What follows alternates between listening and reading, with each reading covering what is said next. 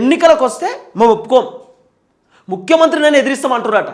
మాకు బిల్లులు కావాలి, ఒక్కొక్కరు మా పిల్లల సంబంధించినటువంటి వాళ్ళ ఏమంటారు వాళ్ళ బట్టలు గిట్టలు అన్నీ కుదోబెట్టి మరి వాళ్ళకి బట్టలు కొనిచ్చేటటువంటి పరిస్థితి కూడా లేదు. చాలామంది మా పిల్లలు మమ్మల్ని నాన్న పండుగ వచ్చింది ఏమైనా బట్టలు కొంటామంటే కూడా మా దగ్గర పైసలు లేవు, అంత ఘోరంగా ఖర్చు పెట్టినాం. జనాలేమో సర్పంచులు మస్తుగా సంపాదించినని అన్నారు. సంపాదించుడు కాదు, ఉన్నాయి పోయినాయి మా దగ్గర. బీఆర్ఎస్ ఉన్నప్పుడు అట్నే ఉంది, కాంగ్రెస్ ఉన్నప్పుడు అట్నే ఉంది, మా పరిస్థితి అంతా ఆగమాగం ఉంది అనేది సర్పంచులు చెప్తున్నటువంటి మాట. కాబట్టి ఆల్మోస్ట్ నాకు తెలిసి సర్పంచ్లు ఎలక్షన్స్కి కొంత ఇబ్బందికరమైనటువంటి వ్యవహారాన్ని చూపిస్తున్నారు. 80% మా బిల్లులు ఇచ్చినాకనే లెక్క, బిల్లులు ఇచ్చిన తర్వాతనే సర్పంచ్ ఎన్నికలకు పోవాలి. ఉత్తగానే సర్పంచ్ ఎన్నికలలో తిరుగుతాం ప్రచారం చేస్తామంటే మాత్రం మేము ఊరుకోము అనేది పాతోళ్ళు చెప్తున్న మాట.